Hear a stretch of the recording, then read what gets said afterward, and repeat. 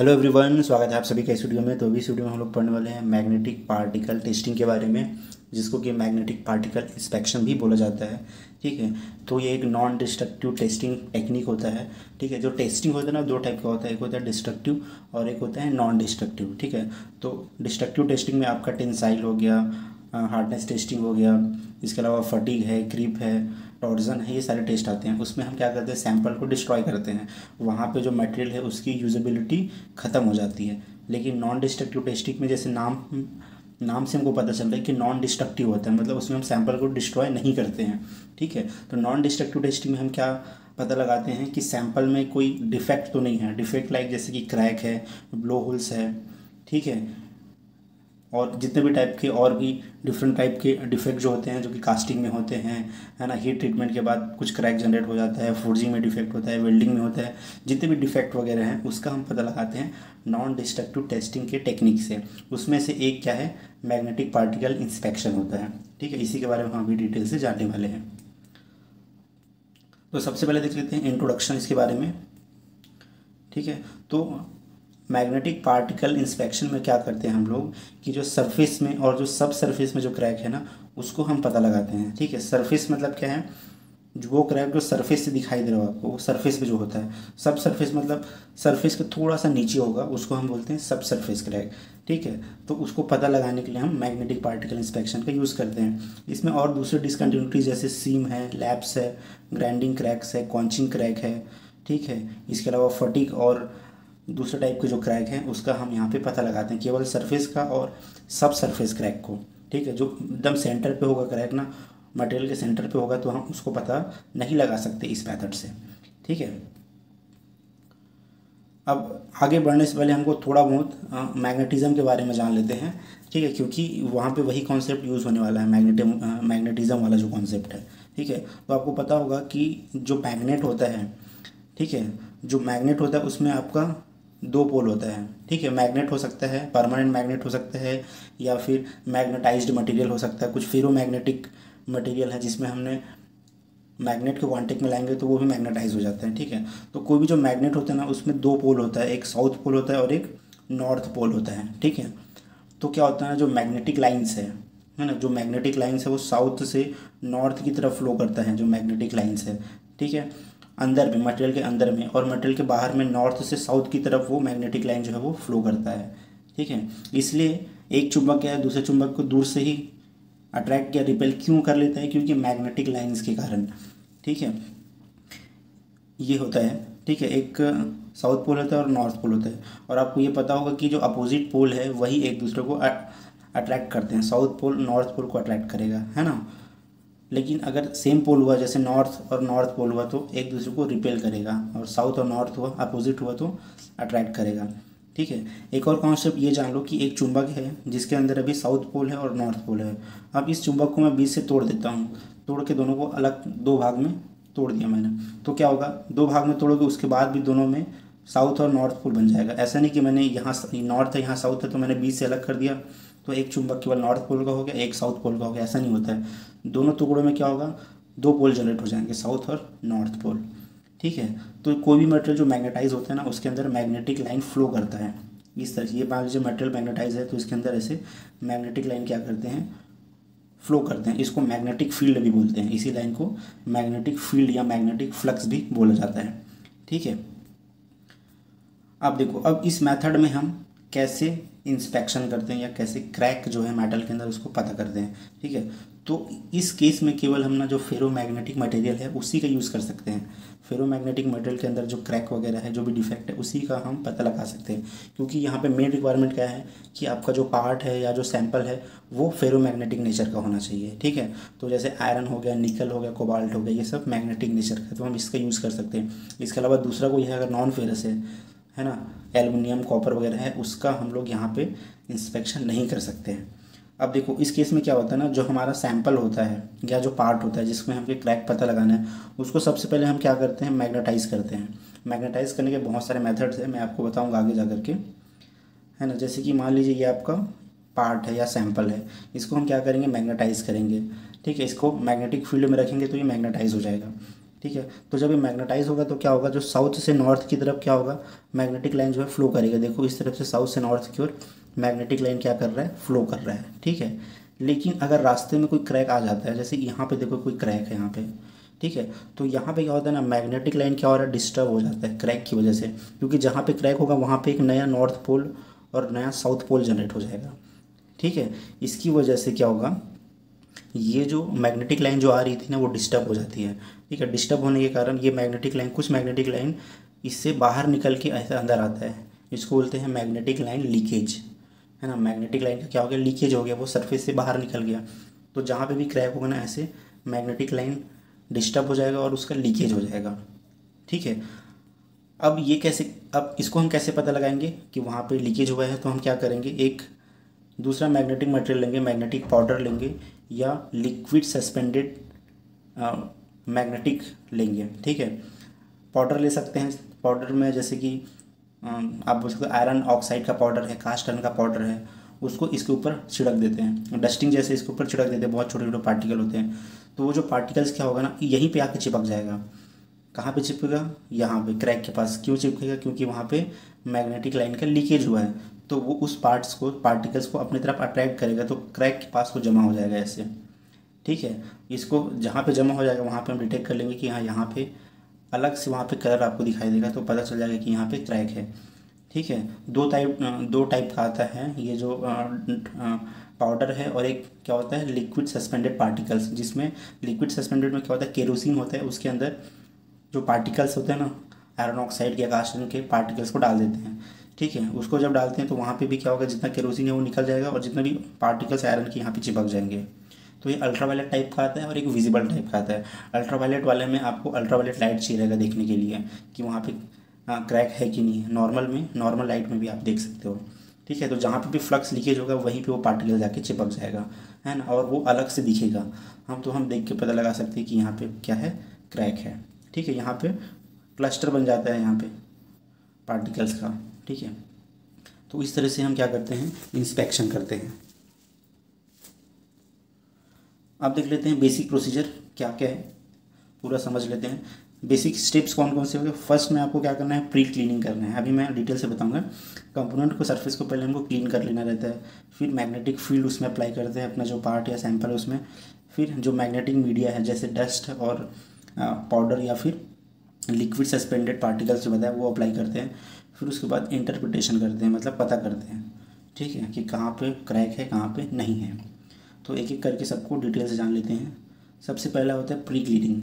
आपको क्या करना पड़ेगा, जिस भी सरफेस में आपको इंस्पेक्शन करना है वहाँ उस सरफेस को आपको प्रॉपरली क्लीन करना पड़ेगा। अगर उसमें किसी तरीके का ऑयल है, डस्ट है या रस्टिंग है तो वो आपका जो एक्यूरेसी है उसको इफ़ेक्ट कर सकता है। क्योंकि अगर मान लीजिए पार्ट है, यहाँ से मैग्नेटिक लाइन का लीकेज हो रहा है क्रैक की वजह से, है ना, और उसके ऊपर मान लीजिए ऑयल वगैरह लगा है या डस्ट लगा है, तो वो मैग्नेटिक जो लाइन लीकेज हुआ है ना वो ऑयल के अंदर ही रह जाएगा। इसके ऊपर ऑयल की एक लेयर है, तो मैग्नेटिक लीकेज तो होगा लेकिन वो ऑयल के अंदर रह जाएगा। तो जब आप मैग्नेटिक मीडिया अप्लाई करोगे ना तो उस जगह पे चिपकेगा नहीं, क्योंकि जो लीकेज हुआ है वो क्या हो गया, अंदर ही रह गया, ऑयल के अंदर या डस्ट के अंदर रह गया या कोई रस्टिंग है उसके अंदर रह गया, ठीक है। तो इस तरीके से नहीं होना चाहिए, नहीं तो आपका रिजल्ट जो है वो गलत आएगा। तो आपको सरफेस को प्रॉपर क्लीन कर लेना है अच्छे से। सेकेंड स्टेप होता है आपका इंट्रोडक्शन ऑफ मैग्नेटिक फील्ड। अब आपको क्या करना है, क्लीन कर लिया, अब आपको मैग्नेटिक फील्ड अप्लाई करना है आपके कंपोनेंट पे। तो 3 तरीके से हम उसमें मैग्नेटिक फील्ड अप्लाई कर सकते हैं। पहला होता है बाय यूजिंग परमानेंट मैग्नेट या और इलेक्ट्रोमैग्नेट। मतलब ये मान लीजिए आपका ऐसा पार्ट है एक, इस पार्ट में मुझे मैग्नेटिक फील्ड अप्लाई करना है तो मैं इसके लिए परमानेंट मैग्नेट यूज़ कर सकता हूँ।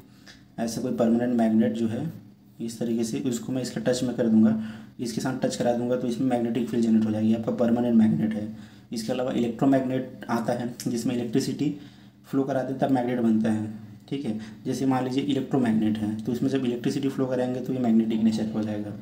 तो जब इसको पार्ट्स के साथ इसको कॉन्टेक्ट मिलाएंगे ना तो पार्ट्स के अंदर भी मैग्नेटिक फील्ड जो है वो जनरेट हो जाएगा। ये पहला मेथड होता है कि डायरेक्टली आप मैग्नेट को, परमानेंट मैग्नेट को, इलेक्ट्रोमैग्नेट को कॉन्टेक्ट मिला दो कंपोनेंट के।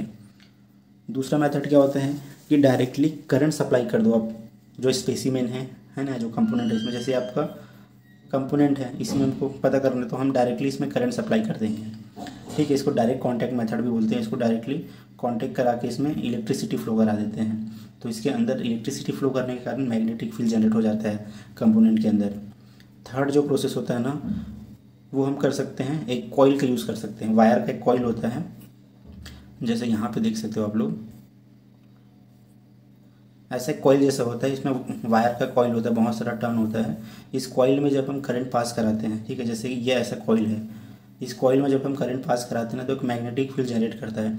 अब इस कॉइल के बीच में अगर हम अपना पार्ट्स को रख दें या कंपोनेंट को रख दें, तो उस कंपोनेंट के अंदर भी मैग्नेटिक फील्ड बन जाता है, मैग्नेटिक लाइन फ्लो करने लगता है, ठीक है। या एक सेंट्रल कंडक्टर भी होता है। अगर आपके पास हॉलो पार्ट है, हॉलो पार्ट जैसे गियर हो गया या कई और सारे हॉलो पार्ट्स आते हैं, हॉलो कंपोनेंट, तो उसके लिए क्या होता है, एक ऐसे एक सेंट्रल कंडक्टर होता है। ये आपका कंपोनेंट नहीं है, ये आपका कंडक्टर है, इसके अंदर इलेक्ट्रिसिटी फ्लो कराओगे और आपका जो पार्ट होगा ना, इसके ऊपर उसकी यहाँ पे रखोगे आप पार्ट। मान लीजिए हॉलो सिलेंडर है, तो मैंने यहाँ पे अपने पार्ट्स को रख दिया, तो जब आप ये सेंट्रल कंडक्टर में इलेक्ट्रिसिटी फ्लो कराओगे ना, तो एक मैग्नेटिक फील्ड जनरेट होगा। किस में मैग्नेटिक फील्ड जनरेट होगा, इसमें, जो इसको बाहर में जो अपने कंपोनेंट को रखा है, सेंट्रल कंडक्टर के ऊपर जो भी कंपोनेंट आपने रखा है, जैसे गियर को रख दिया या हॉलो सिलेंडर रख दिया, तो उसके अंदर करंट फ्लो करने लगेगा, ठीक है। तो इस तरह से अलग अलग मेथड है मैग्नेटिक फील्ड अप्लाई करने की।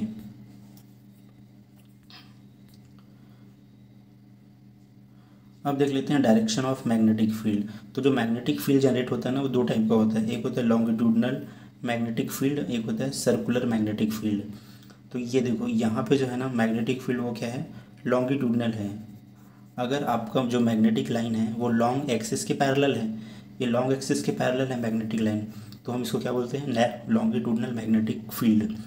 दूसरे टाइप का होता है सर्कुलर मैग्नेटिक फील्ड, जैसे इस वाले डायग्राम में देखो आप, पार्ट्स के ऊपर एक सर्कुलर मोशन में यहाँ पे मैग्नेटिक फील्ड ऐसे जनरेट हुआ है, इसको बोलते हैं सर्कुलर मैग्नेटिक फील्ड, है ना। अब बात आती है कि ये इंपॉर्टेंट क्यों है, मैग्नेटिक फील्ड का डायरेक्शन हमको जानना क्यों इम्पोर्टेंट है, कि वो लॉन्गिट्यूडनल है या सर्कुलर है, ठीक है। तो देखो क्यों जानना ज़रूरी है, क्योंकि अगर आपका जो क्रैक है, जैसे ये कंपोनेंट है, इसमें अगर ऐसा क्रैक है, इस तरीके का क्रैक है ना, और यहाँ से मैग्नेटिक लाइन जा रही है, तो ये मैग्नेटिक लाइन लीकेज हो जाएगा, ऐसे लीकेज होकर बाहर निकल जाएगा, तो आपको पता चल जाएगा। लेकिन अगर यही क्रैक ऐसे रहा, तो है ना, सरफेस में ही रहा मान लो, लेकिन क्रैक कैसे रहा, ऐसे रहा, थोड़ा उसका जो लॉन्ग एज है, जो क्रैक है उसका जो लॉन्ग एज है वो मैग्नेटिक लाइन के अगर पैरेलल रहा, तो क्या होगा, लीकेज नहीं कर पाएगी, मतलब डिस्टर्ब तो करेगा बट कि लीकेज नहीं कर पाएगा मैग्नेटिक लाइन को, ठीक है।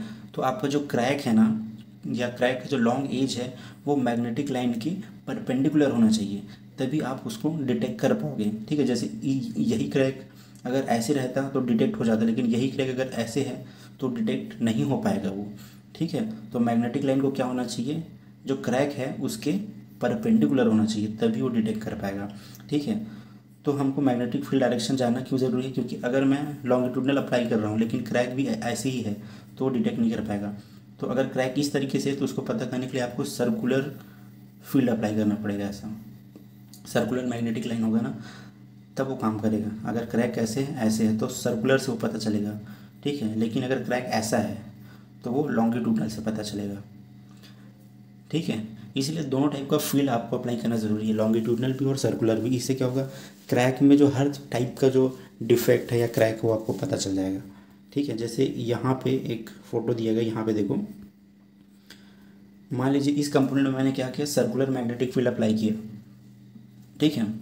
तो क्या होगा ना, ये वाला जो क्रैक है वो आपको पूरा दिख जाएगा, क्योंकि सर्कुलर है तो ये 90 डिग्री एंगल बना रहा है इससे, ये जो क्रैक है तो ये आपका डिटेक्ट हो जाएगा।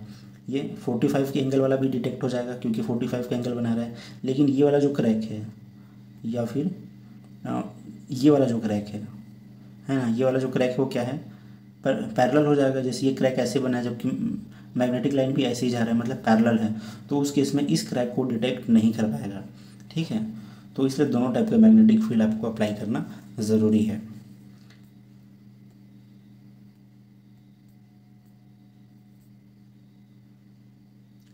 ठीक है, अब देख लेते हैं लॉन्गिट्यूडनल मैग्नेटिक फील्ड कैसे कैसे जनरेट करते हैं। तो लॉन्गिट्यूडनल मैग्नेटिक फील्ड हम जनरेट कर सकते हैं बाय यूजिंग कॉइल, ठीक है। तो इस तरह से ये कॉइल होता है, यहाँ पे भी दिखा हुआ दिया है। कॉइल किससे बना होता है, वायर का बना होता है, जनरली कॉपर वायर का वगैरह का ऐसे कॉइल बना होता है। इस कॉइल में हम क्या करते हैं ना, करंट सप्लाई करते हैं।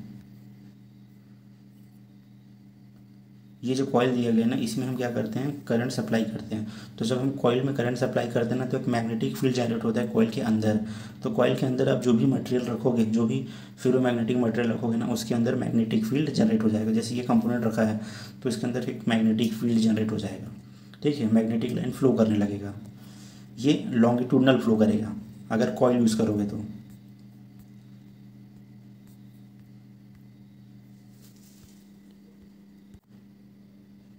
ठीक है, सेकेंड मेथड है लॉन्गिट्यूडनल मैग्नेटिक फ्लो जनरेट करने का, वो है परमानेंट मैग्नेट या इलेक्ट्रोमैग्नेट का यूज़ कर सकते हो आप। जैसे ये आपका इलेक्ट्रोमैग्नेट है, इसको मैग्नेटिक योक भी बोला जाता है। मैग्नेटिक योक ये पोर्टेबल होता है, आप कहीं भी ले जा सकते हो। तो जैसे मैंने ये इलेक्ट्रोमैग्नेट का इस्तेमाल किया ऐसे, ठीक है, तो इसकी वजह से क्या हुआ, जो लाइन जनरेट होगा वो लॉन्गिट्यूडनल होगा। तो जो भी परमानेंट मैग्नेट होता है या इलेक्ट्रोमैग्नेट होता है वो भी लॉन्गिट्यूडनल फील्ड जनरेट करता है। ठीक है, नेक्स्ट होता है सर्कुलर मैग्नेटिक फील्ड। तो सर्कुलर मैग्नेटिक फील्ड जनरेट करने का 3 मेथड होता है ना। पहले वाले मेथड में क्या होता है, हम डायरेक्टली करंट सप्लाई करते हैं अपने कंपोनेंट पे।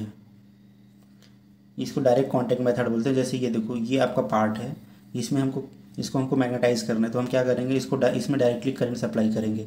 इसको डायरेक्ट कांटेक्ट मेथड बोलते हैं। तो जब हम इसमें जब डायरेक्ट करंट सप्लाई करेंगे तो क्या होगा ना, ये पार्ट क्या हो जाएगा, मैग्नेटाइज हो जाएगा और इसमें सर्कुलर मैग्नेटिक फील्ड जनरेट होगा। दूसरा मेथड होता है सर्कुलर मैग्नेटिक फील्ड जनरेट करने के लिए ऐसे प्रॉड्स होते हैं। ठीक है, ऐसे आपको जो दिख रहा है, ये ऐसे इक्विपमेंट्स आते हैं, इसको प्रॉड बोलते हैं। इसमें देखो 2 प्रॉड है, 1 और 2, है ना। इनके बीच, जैसे ये एक प्रॉड है, ये दूसरा प्रॉड है, तो इसके बीच, है ना, जो फील्ड जनरेट होगा पार्ट्स में, वो ऐसे सर्कुलर मैग्नेटिक फील्ड जनरेट होगा। ठीक है, थर्ड मेथड है सर्कुलर फील्ड जनरेट करने का, सेंट्रल कंडक्टर। यहाँ पे जो दिख रहा है ना, ये बीच से जो गया है वो सेंट्रल कंडक्टर है। इसमें हम इलेक्ट्रिसिटी सप्लाई करते हैं और उसी कंडक्टर में ही हम क्या को रख रहे हैं, हमारा गियर हो गया, हॉलो ट्यूब हो गया, है ना, या फिर जो भी हॉलो वाला है, उसमें अगर हमको सर्कुलर मैग्नेटिक फील्ड अप्लाई करना है तो ऐसे एक सेंट्रल कंडक्टर होता है, इसी के बीच में हम अपना कंपोनेंट को रख देते हैं, तो उसमें सेंट्रल मैग्नेटिक फील्ड जनरेट हो जाता है। तो 3 तरीके से आप ये जनरेट कर सकते हो। ठीक है,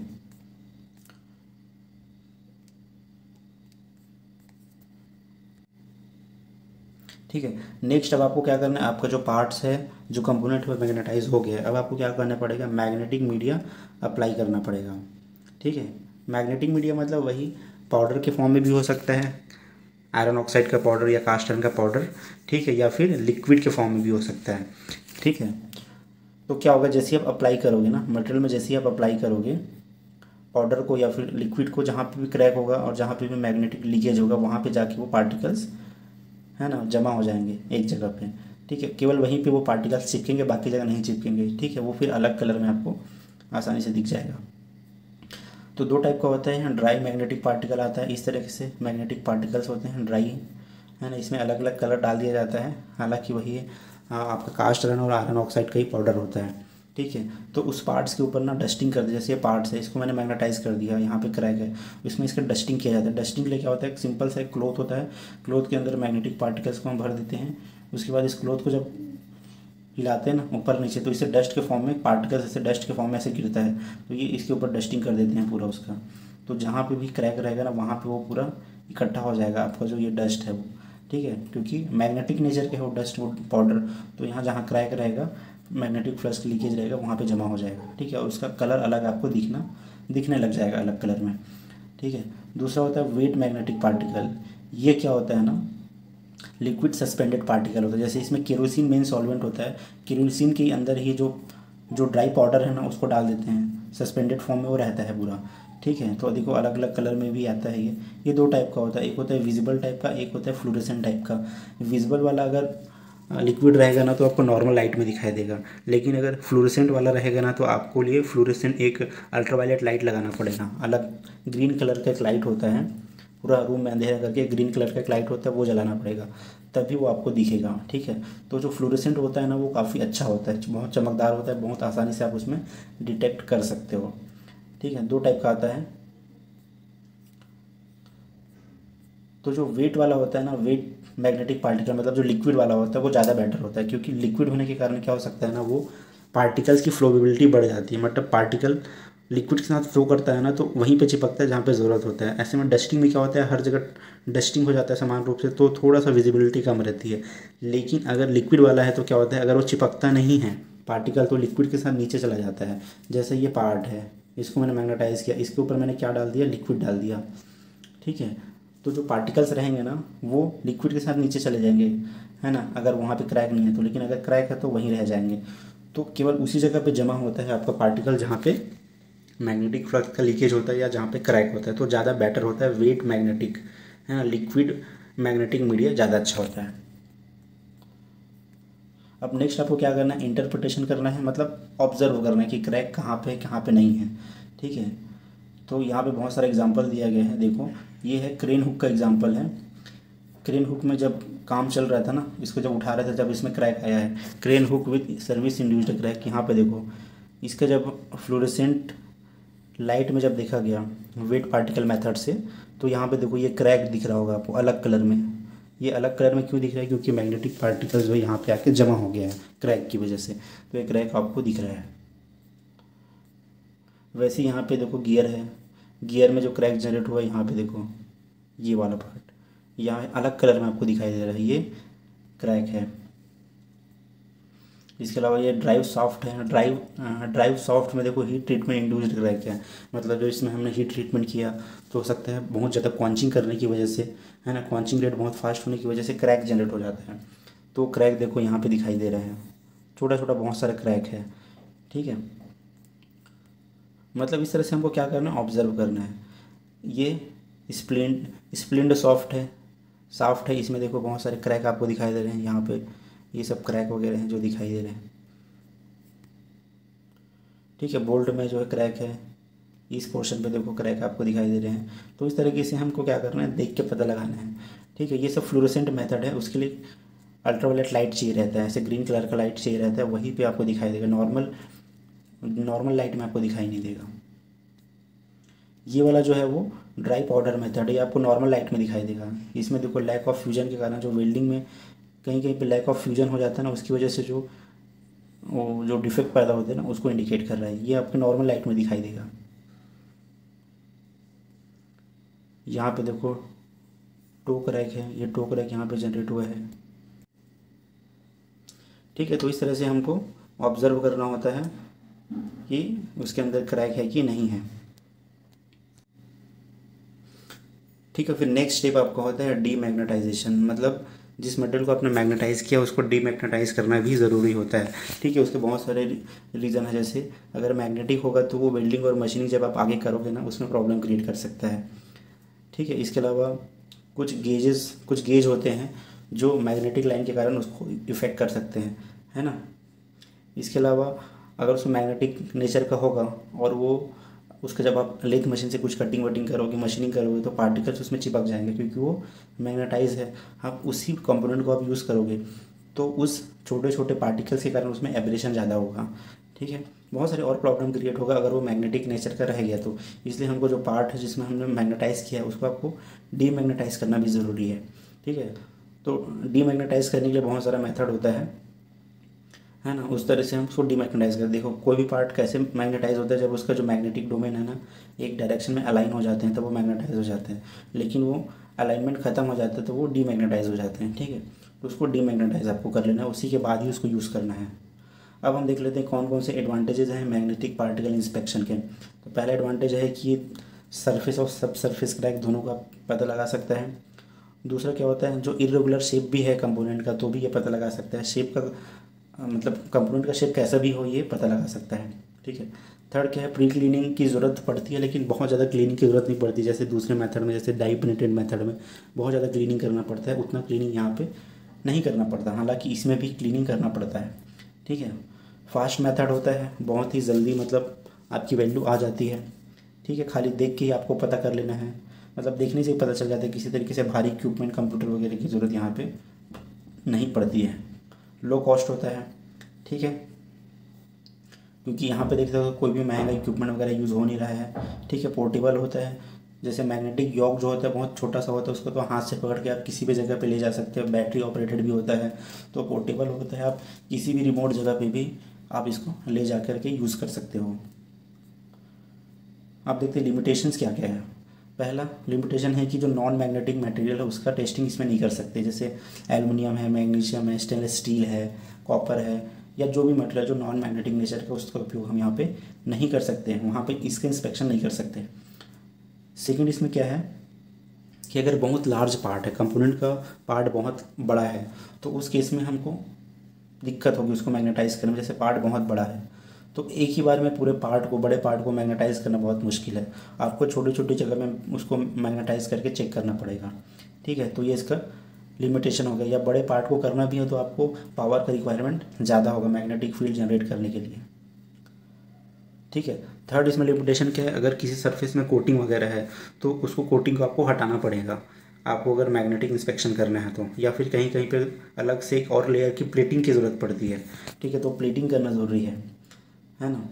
और सबसे मोस्ट इम्पॉर्टेंट लिमिटेशन इसमें क्या है कि ये केवल सरफेस और सब सरफेस क्रैक को पता लगा सकता है। अगर सेंटर में कोई क्रैक है तो उसको पता नहीं लगा सकता। क्यों नहीं लगा सकता? क्योंकि सेंटर में अगर कोई क्रैक होगा, जैसे ये सेंटर में क्रैक है मान लो, तो जो मैग्नेटिक लाइन जो डिस्टर्ब होगा वो लीकेज तो होगा, लेकिन ये सरफेस के बाहर लीक नहीं होगा। ये मैग्नेटिक लाइन को डिस्टर्ब करेगा, लेकिन जो डिस्टर्ब लाइन होगा वो भी सरफेस के अंदर रहेगा, है ना, वो लीक नहीं हो पाएगा सरफेस में। तो उस केस में फिर वो मैग्नेटिक पार्टिकल्स जो है ना वो चिपकेगा नहीं वहाँ पे, तो इसलिए सेंटर क्रैक को हम डिटरमाइन नहीं कर सकते। ठीक है, अब नेक्स्ट क्या है, आपको पोस्ट क्लीनिंग करना पड़ता है।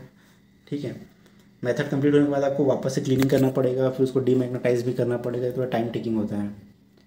ठीक है, तो ये सारी चीज़ें क्या हो गई, इसकी लिमिटेशंस हो गई। ओके, तो ये था पूरा प्रेजेंटेशन मैग्नेटिक पार्टिकल इंस्पेक्शन के बारे में। आपको कैसा लगा कमेंट करके बताना। कोई भी डाउट हो तो आप कमेंट सेक्शन में मुझसे पूछ सकते हो।